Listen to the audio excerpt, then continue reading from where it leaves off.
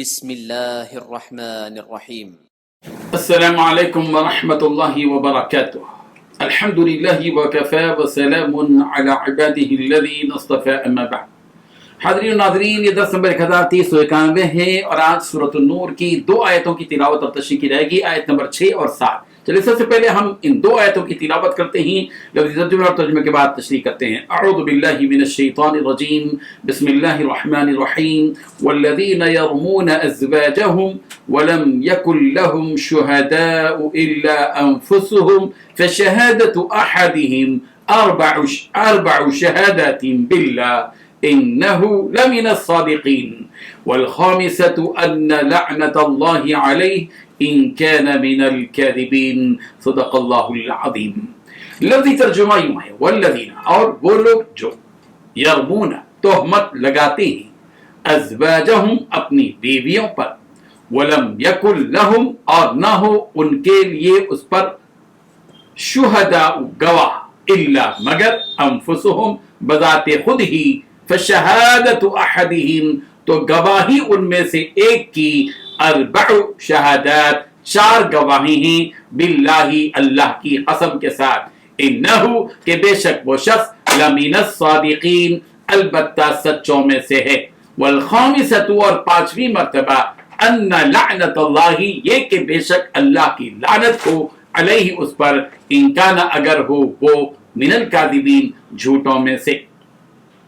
ترجمہ یوں ہے، اور جو لوگ اپنی بیویوں پر تہمت لگائیں اور خود اپنے سوا ان کے پاس کوئی اور گواہ نہ ہوں، تو ایسے کسی شخص کو جو گواہی دینی ہوگی وہ یہ ہے کہ وہ 4 مرتبہ اللہ کی قسم کھا کر یہ بیان دے کہ وہ بیوی پر لگائے ہوئے اس الزام میں یقیناً سچا ہے، اور 5ویں مرتبہ یہ کہے کہ اگر میں اپنے الزام میں جھوٹا ہوں تو مجھ پر اللہ کی لعنت ہو۔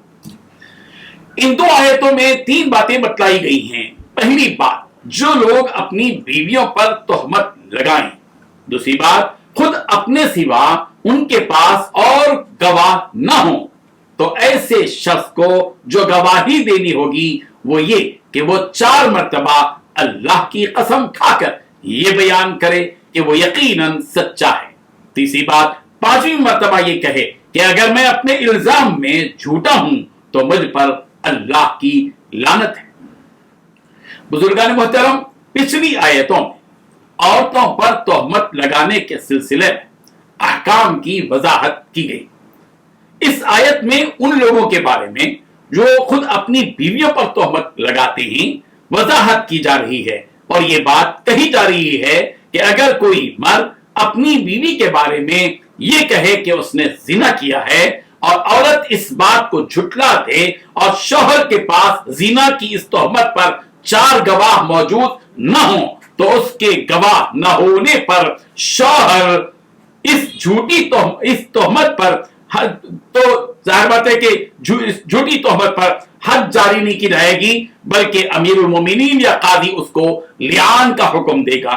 لیان کیا چیز ہے؟ لیان کا مطلب یہ ہے کہ مرد جس نے تہمت لگائی اپنی بیوی پر اور عورت جس پر زنا کی تہمت لگائی گئی ہو، یہ دونوں آپس میں قسمیں کھائیں گے اور ہر ایک ایسے الفاظ کہے گا جس سے خود اس کی اپنی ذات پر لعنت پڑتی ہو۔ ان آیات میں ہم صرف مرد کے اعتبار سے کہیں گے کہ مرد کیا کہے گا، پھر اگلے سبق میں انشاءاللہ عورت کیا کہے گی وہ بتائیں گے۔ جب مرد نے اپنی بیوی کے بارے میں یوں کہا کہ اس نے زنا کیا ہے، یوں کہا کہ یہ جو بچہ پیدا ہوا ہے وہ مجھ سے نہیں ہے، تو ایسی صورت میں اس مرد پر لازم ہے کہ وہ 4 گواہ پیش کرے جو اس بات کی گواہی دیں کہ اس عورت نے زنا کیا ہے۔ اگر مرد گواہی پیش کرنے سے قاصر ہو اور عورت یہ کہے کہ اس کے شوہر نے اس پر تہمت لگائی ہے، جھوٹی تہمت ہے، حقیقت میں اس نے زنا نہیں کیا ہے، تو امیر المومنین یا قاضی اس شوہر سے کہے گا کہ تم لیان کرو یا یہ اقرار کرو کہ تم نے جھوٹی تہمت لگائی ہے۔ اگر وہ شوہر ان 2 باتوں میں سے کسی بات پر بھی راضی نہ ہو تو قاضی اس کو بند کر دے گا یہاں تک کہ وہ لیان کرنے پر راضی ہو جائے، یا یوں کہے کہ میں نے جھوٹی تہمت لگائی ہے۔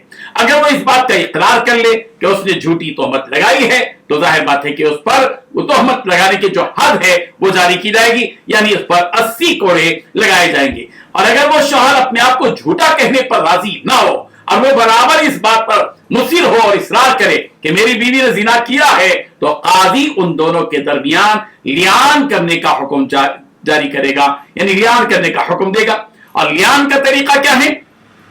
لیان کا طریقہ یہ ہے کہ پہلے مرد کھڑا ہوگا اور 4 مرتبہ یوں کہے گا، میں اللہ کو گواہ بنا کر قسم کھاتا ہوں کہ میں اس عورت کے بارے میں جو کہہ رہا ہوں کہ اس نے زنا کیا ہے، میں اس بات پر سچا ہوں۔ اور 5ویں مرتبہ یوں کہے گا، اس عورت کے بارے میں جو میں نے کہا ہے کہ اس نے زنا کیا ہے، اس بارے میں اگر میں جھوٹا ہوں تو مجھ پر اللہ کی لعنت ہے۔ جب مرد 5ویں مرتبہ یہ کہے گا تو پھر اس کے بعد عورت کیا کہے گی اس کو ہم انشاءاللہ اگلے سبق میں بتائیں گے۔ وآخر دعوانا ان الحمد للہ رب العالمین۔